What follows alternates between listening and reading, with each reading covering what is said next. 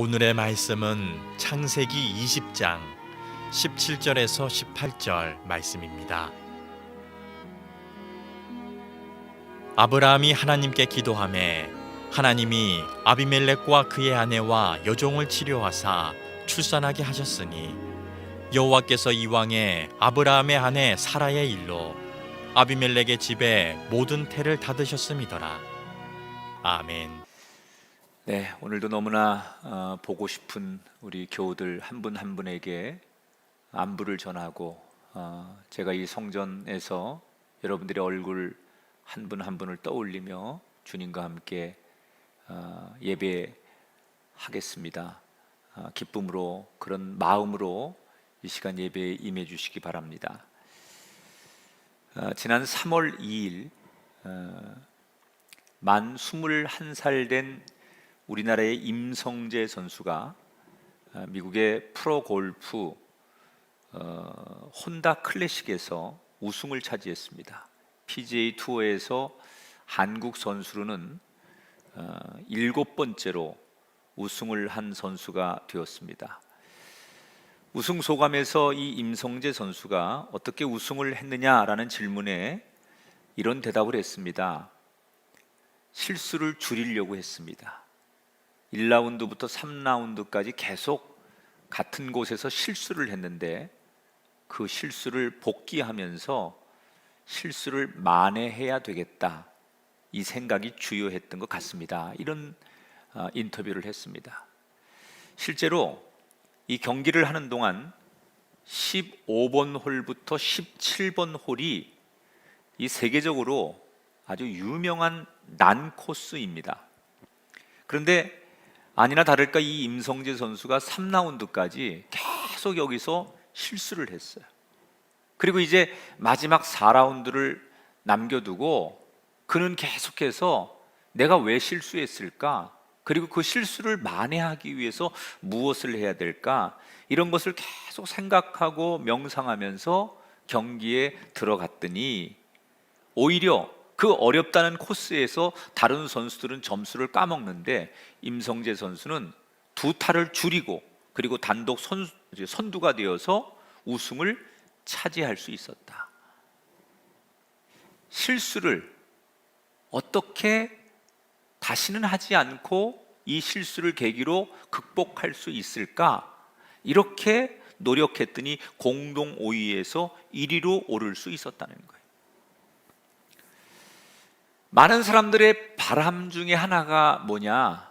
내 인생에 실수가 없으면 좋겠다. 실수 안 하고 사는 게 많은 사람들의 소원입니다. 그런데 여러분, 인간이 연약한 존재인데 어떻게 실수를 안 하고 살 수 있습니까? 우리는 늘 넘어지고 실수하고 후회하고 그렇게 사는 인간들이죠. 그런데 실수를 하더라도 후회만 하는 것이 아니라 그 실수를 우리가 좋은 계기로 삼아서 다시는 이런 실수를 하지 말아야지, 그리고 실수 뒤에 대처를 잘해서 오히려 자신의 인생을 성장시키는 계기로 만드는 사람이 있어요. 오늘 그렇게 해서 정말 위대한 사람이 된 사람 중에 하나가 우리가 만나는 창세기 20장의 아브라함이라는 사람이에요. 보통 아브라함을 믿음의 조상 이렇게 우리가 부르는데 아브라함은 원래부터 그렇게 대단한 믿음의 사람이 아니었습니다. 처음에는 실수도 많고 또 망신도 많이 당하고, 참 인간적으로 보면 조금은 우리가 믿음의 조상이라고 부르기에는 너무나 부족함이 많았던 사람이에요. 그런데 실수하고 망신당할 때마다 그것을 계기로 조금씩 그의 믿음이 성장해 가면서 우리가 어느 날 그를 가리켜 믿음의 조상이라고 부르게 된 거예요.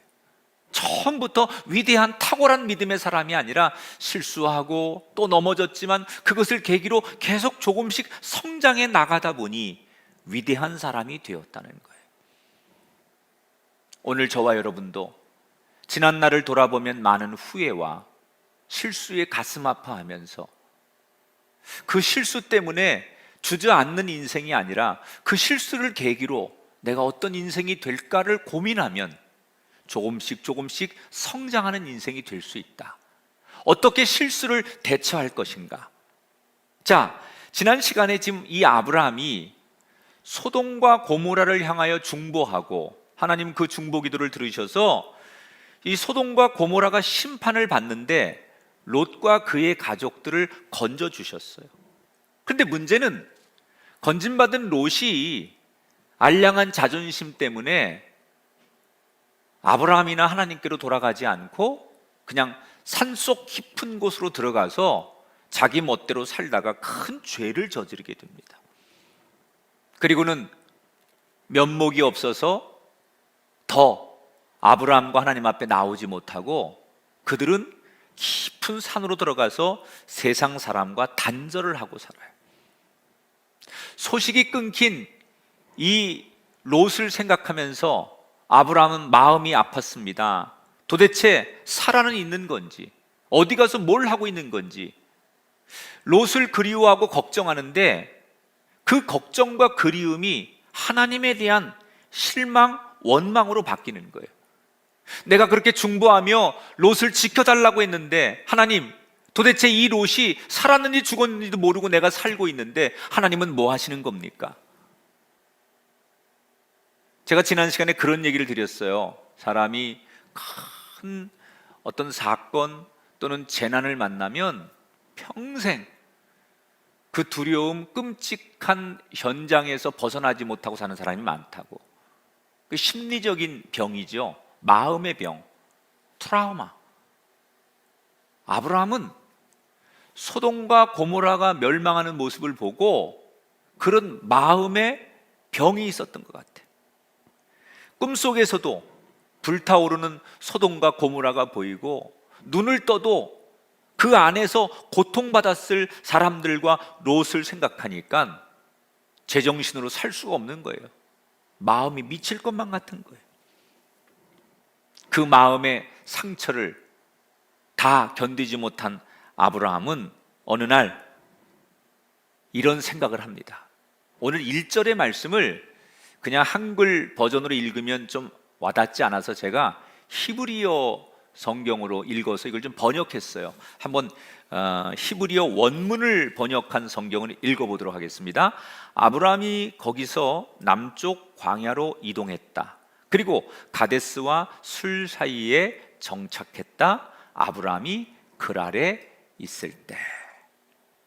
자, 아브라함은 지금 정신적인 충격을 이기지 못해서 마음이 계속 괴로우는 거예요.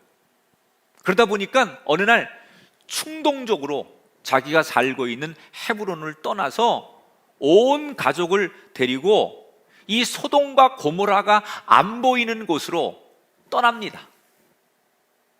좋게 말하면 떠나는 거지만 나쁘게 말하면 그때부터 방랑 생활을 시작하는 거예요. 방황하는 거예요. 떠돌이 생활을 하는 거예요. 남쪽으로 갔다가 서쪽으로 갔다가 어느 때는 이집트라고 하는 데도 가서 살다가 어디에도 정착을 하지 못하고 마음을 주지 못하고 이 아브라함은 정처 없이 마음 가는 대로 상처를 이기지 못해서 떠돌아다니기 시작해. 나는 당분간 하나님 안 볼 거다. 우리 식으로 말하면 하나님 앞에 철저히 시험이 들어서 방황하고 있는데 그렇게 살아가던 어느 날 오늘 창세기 20장에 보니까 그가 그렇게 떠돌다가 그랄이라고 하는 당시에 큰 평야지대고 굉장히 큰 도시였어요. 거기를 가게 됩니다. 그런데 여기에서 오늘 창세기 20장에 아브라함이 큰 사고를 하나 칩니다. 어떤 사고를 치느냐? 오늘 2절입니다. 같이 한번 읽어보세요. 그의 아내 사라를 자기 누이라 하였으므로 그랄 왕 아비멜렉이 사람을 보내어 사라를 데려갔더니. 자, 그랄이라고 하는 큰 도시에 들어가 보니까 거기 사람들이, 도시 사람들이 얼마나 많은지 모르겠어요. 그런데 그 사람들을 보면서 아브라함이 문득 마음에 첫 번째 드는 생각이 뭐냐? 두려운 거예요. 무서운 거예요. 아니, 사람을 보는데 뭐가 두렵고 뭐가 무서웠을까? 이런 두려움이 생기는 거예요. 자기 옆에 있는 아내 사라가 너무 이쁜데 이 이쁜 내 아내를 누군가가 뺏어가면 어떡하지? 내 아내를 탐내느라고 내 아내를 뺏어가려고 나를 죽이면 어떡하지? 이런 두려움, 이런 걱정이 마음속에 누가 심어주지도 않았는데 자기 마음속에 그런 생각이 드는 거예요. 그래서 아브라함이 자기 아내에게 묻지도 않고 사람들에게 뭐라고 얘기하느냐? 내 누이 동생입니다. 이렇게 소개를 했어요. 그런데 여러분, 왜 슬픈 예감은 틀린 적이 없을까요? 아브라함이 우려한 대로 이 그랄에 있는 사람들이 이 사라의 미모에 반합니다.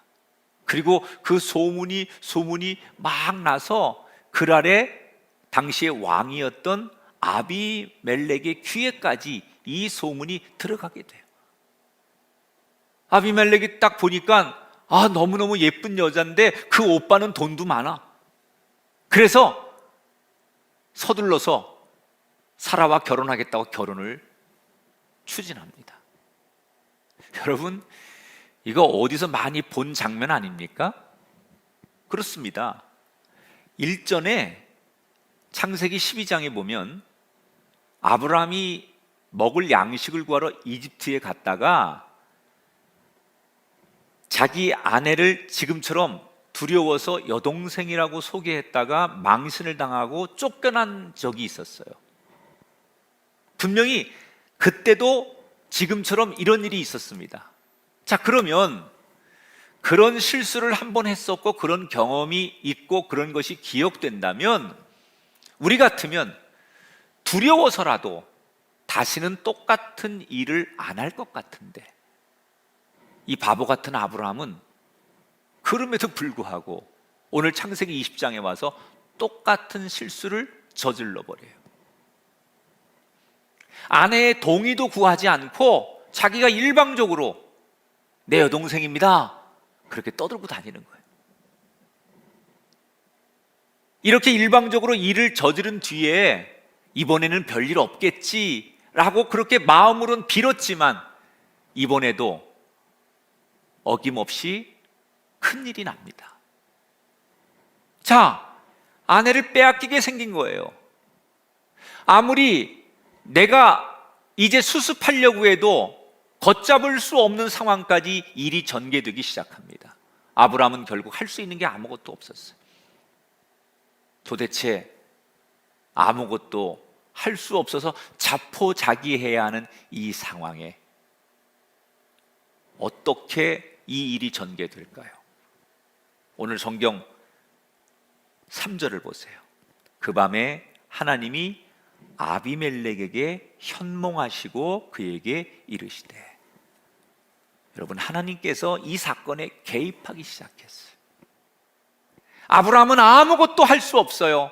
누구도 이 일에 나설 수 없어요. 그런데 그때 하나님이 직접 개입하셨어요. 하루는 아비멜렉이 잠을 자는데 하나님께서 꿈속에 너무나 무섭게 나타나셨어요. 그리고 호통을 치시는 거예요. 네, 이놈,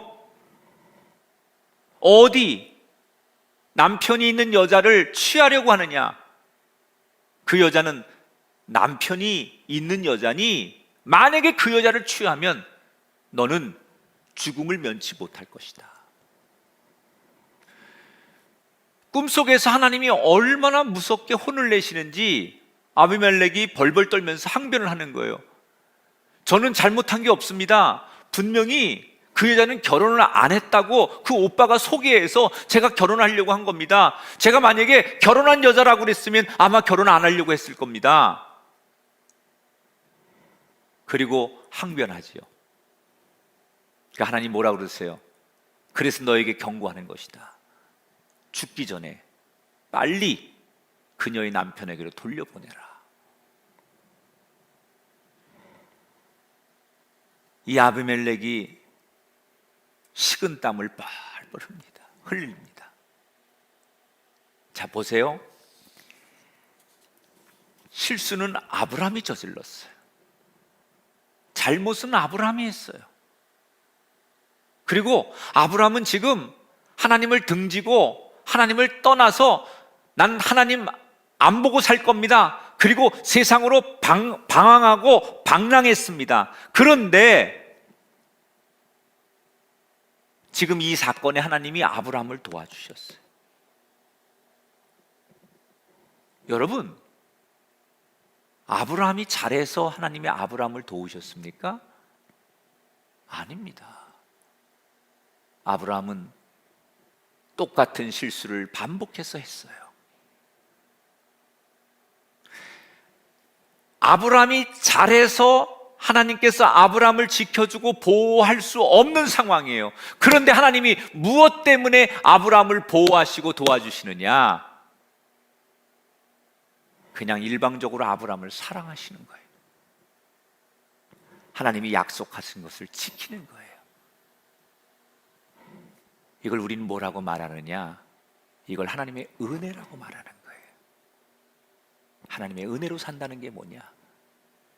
내 행위와 내 삶의 모습과 상관없이 나를 언제나 동일하게 사랑해 주시는 하나님, 그게 하나님의 은혜예요. 결국 아브라함이 살게 되고 아브라함이 고통을 벗어나게 된 것은 아브라함이 잘해서가 아니라 하나님의 은혜 때문이라는 거예요. 여러분, 이 아브라함의 모습이 오늘 이 시대를 살아가는 우리들의 모습 아닙니까? 우리는 날마다 반복된 실수, 반복된 잘못, 그리고 늘 후회하는 이런 반복된 패턴으로 우리가 살아가지요. 번번이 우리가 하나님 앞에 같은 잘못을 범함에도 불구하고 하나님은 언제나 우리를 용서하시고 우리가 돌아오기를 바라시고 오늘도 우리의 손을 잡아주고 계시잖아요. 그게 은혜지요. 우리가 잘해서 오늘 하나님 앞에 서는 것이 아니라 하나님의 은혜 때문에 우리가 하나님 앞에 한 걸음 한 걸음 나아가는 거예요. 그러므로 오늘도 우리는 내가 잘한 것보다는 하나님의 은혜를 기억해야 돼요. 내가 무엇을 했든 간에 그 은혜가 없이는 내가 오늘 이 자리에 있을 수 없는 사람인데 그 은혜가 나를 살렸고 그 은혜 때문에 내가 여기 있으니까 하나님 내게 은혜 주시니 감사합니다. 그 은혜 앞에 엎드리는 예배자, 그 은혜 앞에 찬송하며 눈물 흘리는 사람, 우리 모든 성도들에게 오늘도 이 하나님의 은혜가, 특별히 우리의 조국 이 대한민국 하나님의 은혜가 이 땅에, 전 세계의 모든 땅에 하나님의 은혜가 임하기를 축복합니다. 자, 저는 오늘 성경 본문에서 이걸 하나 묻고 싶어요. 아브라함에게. 아브라함이 여기 없으니까 여러분이 한번 대답해 보세요. 집에서 대답해 보세요. 왜 아브라함은 이전에도 큰 망신을 당하고 실수를 해서 어려움을 당한 적이 있는데 왜 똑같은 실수를 오늘 반복한 걸까? 도대체 무엇 때문에 아브라함이 최악의 선택으로 가게 된 걸까? 자, 여기에는요 아브라함의 생각이 있었어요. 아브라함이 왜 방황하게 됐느냐? 하나님이 미운 거예요. 그래서 나는 하나님 안 보고 살 겁니다. 하나님 없는 곳으로 떠나겠습니다. 그리고 무작정 떠나서 방황하기 시작한 거예요. 하나님이 섭섭하고 하나님이 내 마음에 들지 않기 때문에 시험 들어서 세상으로 한없이 떠돌아다니는 거예요. 그러다가 어느 날 그랄이라고 하는 곳에 지금 들어간 거거든요. 내가 하나님을 안 보고 내가 하나님을 등지고 내가 하나님을 외면하면 하나님을 안 보고 살 수 있다고 생각했어요. 내가 눈 감고 내가 하나님을 안 부르고 내가 하나님을 모른 척하면 하나님 나와 상관이 없는 줄 알았어요. 그런데 그게 아니었다는 거예요. 내가 하나님을 부르지 않아도, 내가 하나님을 보지 않아도, 내가 하나님을 등지고 하나님을 떠났다고 생각했는데도 하나님은 내 곁에 계시고 하나님은 나와 함께 하셨어요. 근데 여러분, 이게 중요한 거예요. 아브라함이 하나님을 외면하니까 사람이 보이기 시작해요. 하나님을 등지니까 사람들이 보이는 거예요. 그 사람들이 보이니까 누가 말하지도 않았는데 먼저 내 마음에 두려움이 생기는 거예요. 그래서 자기도 모르게 이기적인 선택을 하는 거예요. 하나님을 바라볼 땐 두려움이 없었어요. 그런데 하나님을 등지고 하나님을 안 보니까 하나님 대신 사람이 보이기 시작했고, 사람이 보이니까 누가 말하지 않았는데도 그 사람들이 주는 영적인 것 속에 내 마음에 두려움과 불안이 오더라는 거예요. 사랑하는 여러분, 우리가 수없는 선택 가운데 실수를 하지 않는 인생이 되기 위해서 꼭 필요한 게 있어요. 어디서나 하나님을 기억하는 거예요. 우리는 때때로 하나님을 인정하고 싶지 않아도 하나님은 어디에나 계십니다. 아브라함이 하나님을 외면하고 하나님을 등졌을지라도 그날에도 하나님은 여전히 계셨어요. 사람들이 많은 그곳에서도 아브라함이 하나님을 부르거나 하나님과 동행한다고 생각하지 않았는데도 하나님은 그곳에 아브라함과 함께 여전히 계셨어요. 아브라함에게 함께 하셨던 그 하나님은 지금도 우리와 함께 하세요.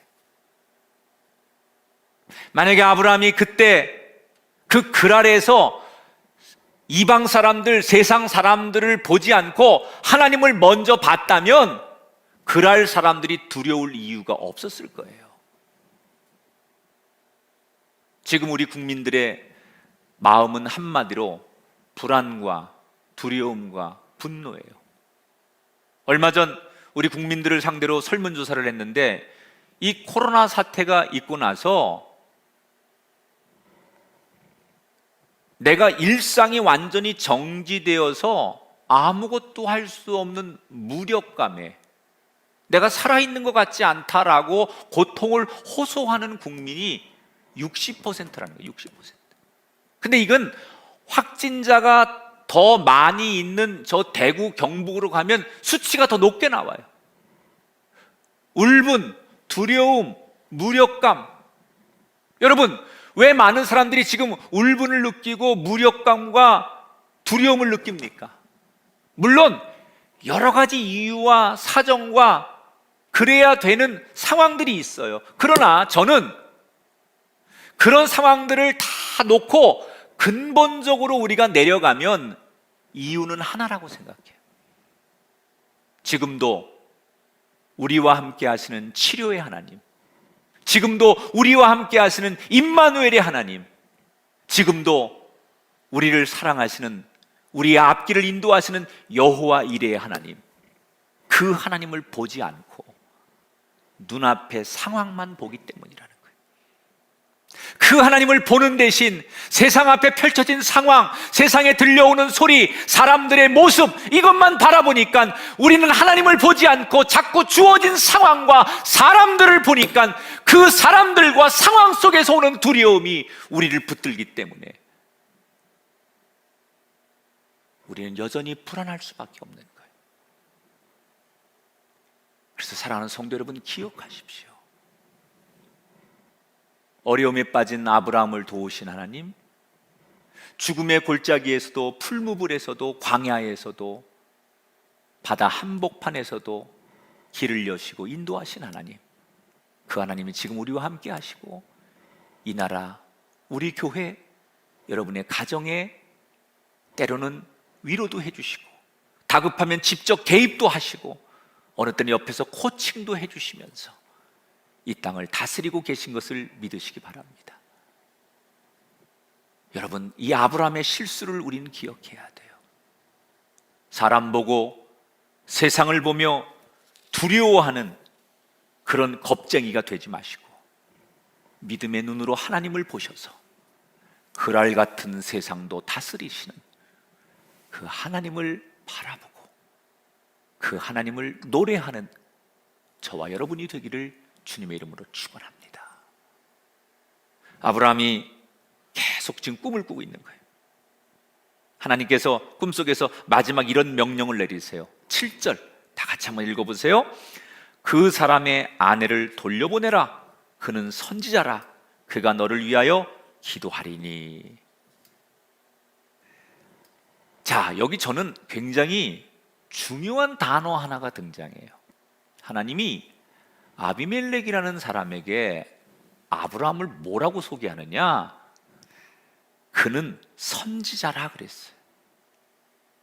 여러분, 선지자가 얼마나 거룩한 사람이고 얼마나 하나님 앞에 쓰임받는 사람이고 하나님의 나라 위에 일하는 사람입니까? 그런데 지금 아브라함이 이 선지자라는 호칭을 받을 만한 자격입니까? 하나님 안 보겠다고 등지고 하나님을 떠나서 방황하고 세상으로 나가 살면서 자기 멋대로 살다가 지금 이런 엄청난 실수를 하는 아브라함에게 이런 호칭이 여러분 어울립니까? 그런데 하나님은 뭐라고 말씀하세요? 여전히 아브라함을 선지자라고 불러주셨어요. 우리가 오늘 잃어버린 게 있어요. 내 정체성, 내가 누구인지를 잃어버렸다는 거예요. 여러분 누구십니까? 여러분 자신을 찾으셔야 돼요. 나는 하나님의 사랑하는 선지자라. 내가 아니라고 부정해도, 내가 고개를 가로저어도, 내가 내 자신을 보며 초라할지라도 여전히 하나님은 나를 향하여 그는 내 백성이고 그는 내 사랑하는 자고 그는 내 선지자라. 내가 나를 평가하는 것이 아니라 하나님이 나를 평가하는 음성을 들어보세요. 이 시간 각 가정에서 어려운 형편 가운데 예배하신 여러분을 향해 하나님이 당당하게 소개하고 계세요. 너는 내 백성이다. 너는 내 자녀고 너는 내 선지자니라. 오늘 여러분에게 이 주님의 평가의 음성이 들려지게 되시기를 주의 이름으로 축원합니다. 그러면서 뭐라고 얘기하느냐? 그 아브라함에게 아내를 돌려보내면서 오히려 축복 기도를 받아라 이렇게 말해요. 자, 너무나 생생하고 무서운 꿈을 꾼 이 아비멜렉이 꿈에서 깨자마자 가장 신뢰하고 똑똑한 신하들을 불러가지고 자기 꿈 얘기를 하는 거예요. 도대체 이 꿈을 어떻게 생각하느냐 그랬더니 모든 신하들이 이건 진짜로 신이 내린 계시입니다.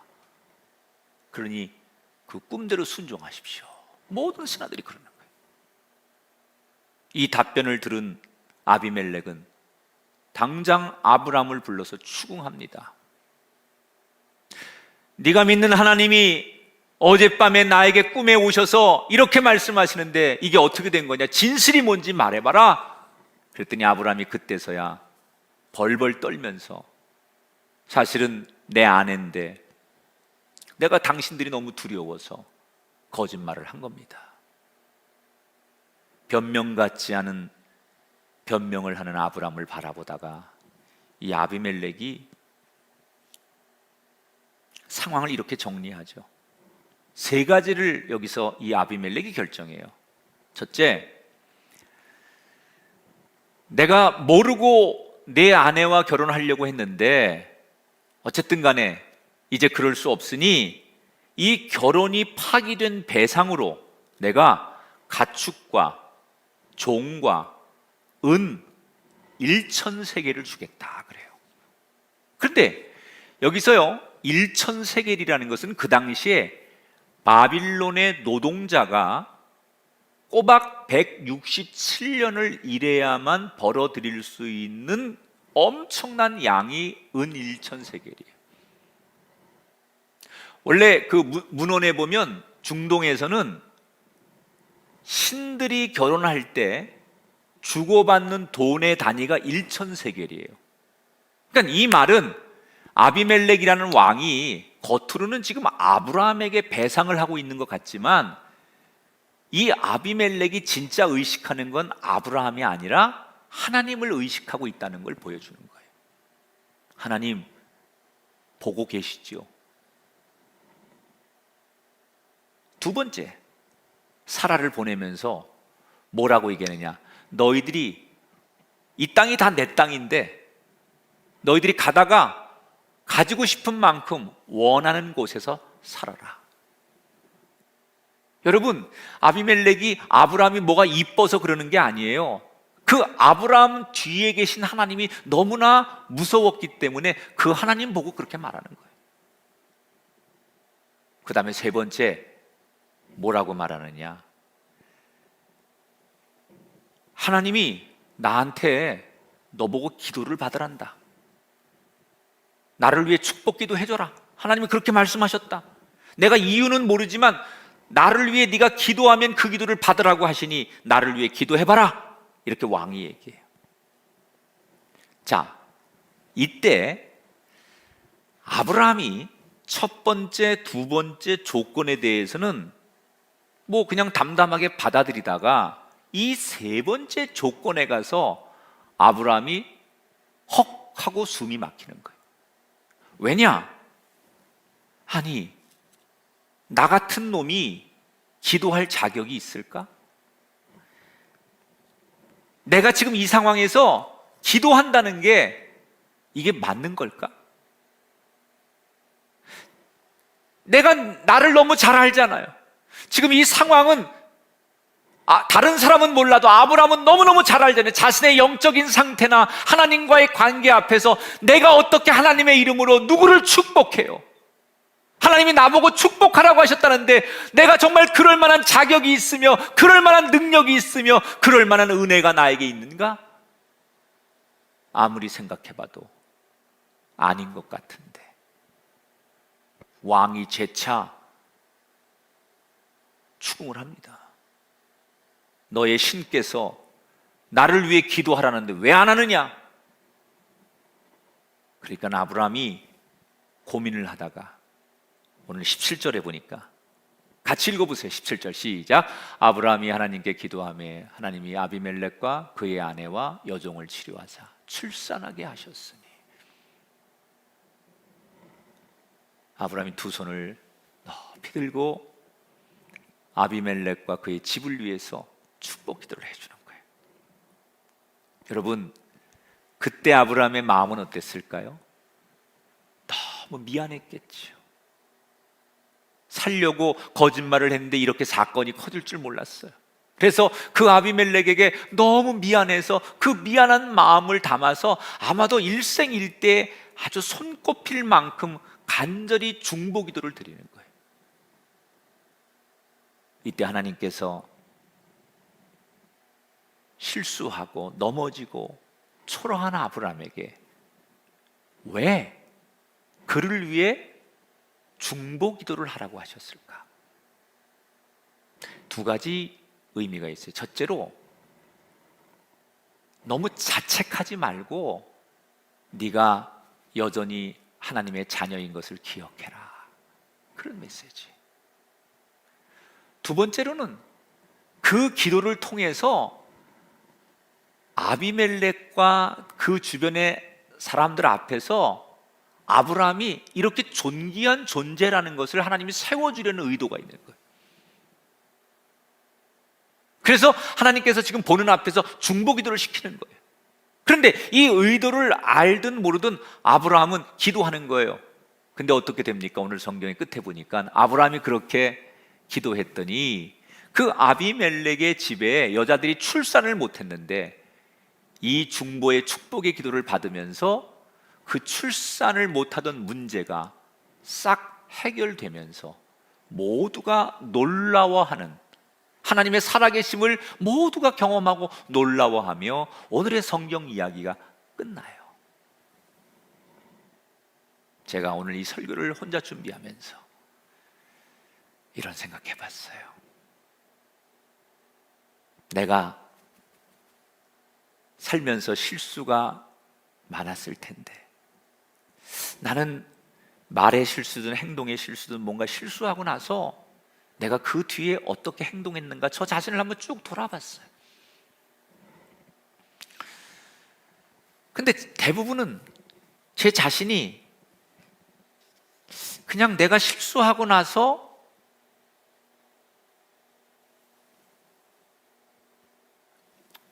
뭐 이렇게 자책하고, 내가 왜 그랬지, 목사인데 내가 왜 그렇게 감정 조절이 안 됐지, 또 뭐 괴로워하고 또 답답하고 막 그럴 때가 참 많았던 것 같아요.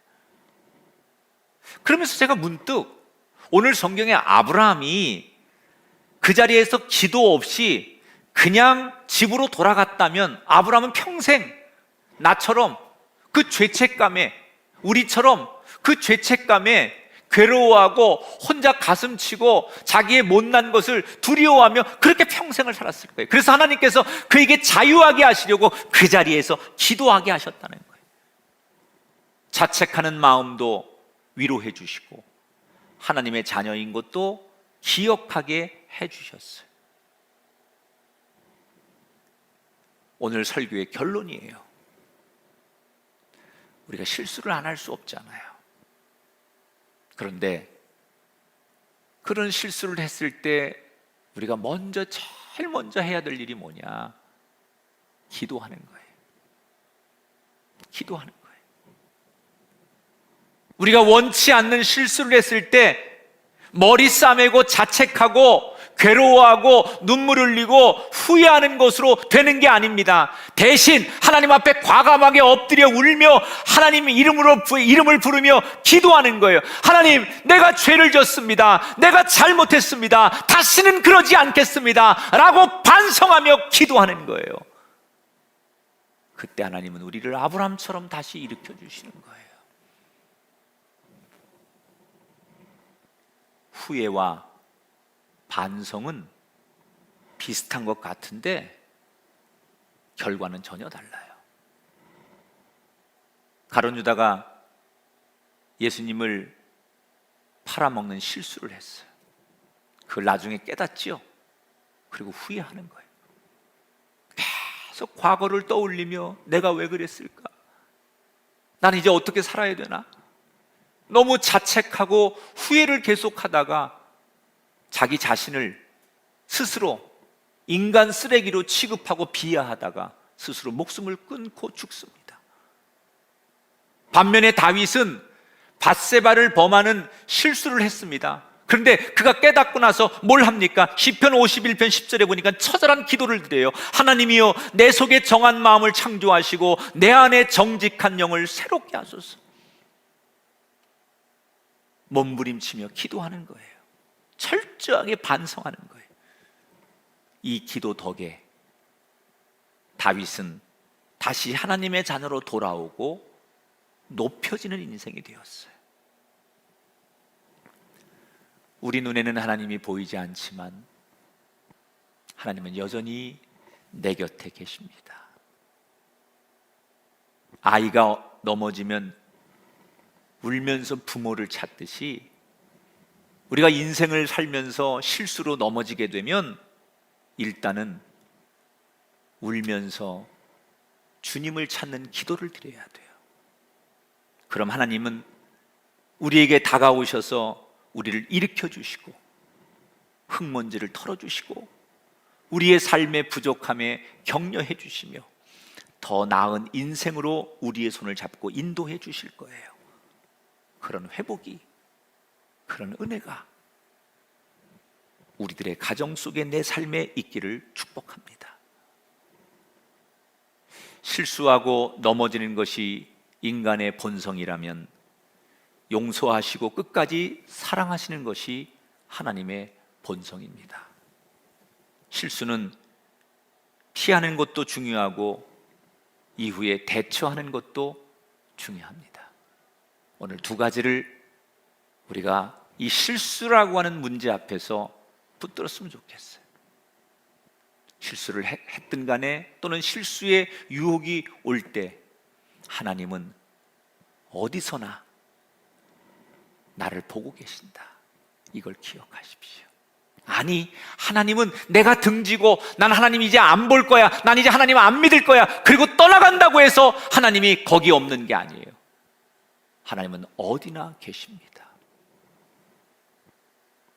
그럼에도 불구하고 우리가 실수했거든, 그것이 실수라는 것이 깨달아지거든, 그때는 더 이상 머뭇거리지 말고 자신을 자책하거나 누구를 원망하지 말고 철저히 무릎 꿇고 기도하십시오. 하나님께 나아가면 회복됩니다. 어린아이처럼 엄마를 부르고 아빠를 부르듯이 우리 인생에 넘어지는 순간이 오거든 하나님을 울부짖어 부르십시오. 그분이 다가와 손 내밀어 일으키는 인생, 회복하는 인생, 그런 주인공이 되시고 우리의 조국 대한민국과 이 땅의 백성들이 되기를 주의 이름으로 간절히 축원합니다.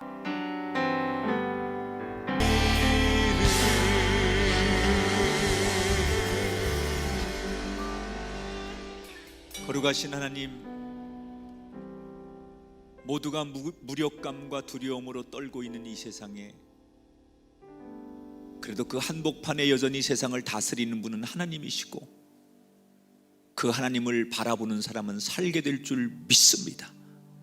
우리의 눈을 떠 두려운 세상만 바라보지 않게 하시고 그것을 통치하고 그 가운데 주인 되시는 하나님을 보게 하소서. 우리의 영안이 눈에 열리게 하시고 우리의 눈을 가로막고 있는 것이 사라지게 하시고 우리를 두렵게 해서 눈 감게 하는 그런 여러 가지의 상황들이 멀어지게 하셔서 오직 한 분이신 주님만 볼 수 있는 믿음의 사람들 되게 하여 주옵소서. 후회하고 눈물 흘리며 자신의 삶을 그저 절망의 나락으로 떨어뜨린 인생으로 살지 않게 하시고 잘못한 것 있으면 무릎 꿇고 기도하게 하시고 실수한 게 있으면 주님 부르짖게 하셔서 나에게 다시 힘 주시고 손 내밀어 일으키시는 하나님을 경험하는 이 나라 백성들 되게 하시고 특별히 꿈의 가족들 모두가 되게 하여 주시옵소서. 하나님, 보고 싶은 우리 사랑하는 교우들 어느 곳에서 어떻게 살고 있어도 하나님 지켜주시옵소서. 다시 만날 때까지 저들의 가정을 눈동자같이 지키시고 우리 성도들을 지켜주셔서 아무 일 없이 이 성전에서 만나도록 은혜를 베풀어 주옵소서. 비록 우리가 여의치 않아서 이렇게 예배하지만 오늘도 하나님 앞에 이 주일을 지키며 귀한 11조 예물도 드리고 감사 예물도 드립니다. 주님, 우리의 믿음을 받으시고 우리의 마음을 받으시고 우리의 정성을 받으셔서 이 환난 가운데도 우리에게 먹을 것과 입을 것과 살아가야 할 하늘의 만나를 허락하여 주옵소서. 병든 자에게 명하노니 질병은 떠나갈지어다. 자녀들의 문제로 아파하는 부모들의 눈물이 멈춰질지어다. 하늘의 문이 활짝 열려 하나님의 임재가 있는 한 주간이 될지어다. 이제는 우리 주 예수 그리스도의 은혜와 하나님 아버지의 극진하신 사랑하심과 성령님의 감화 감동 역사하심이 우리 사랑하는 모든 성도들과 우리가 살아가는 이 땅 위에 영원토록 함께하기를 축원하옵나이다.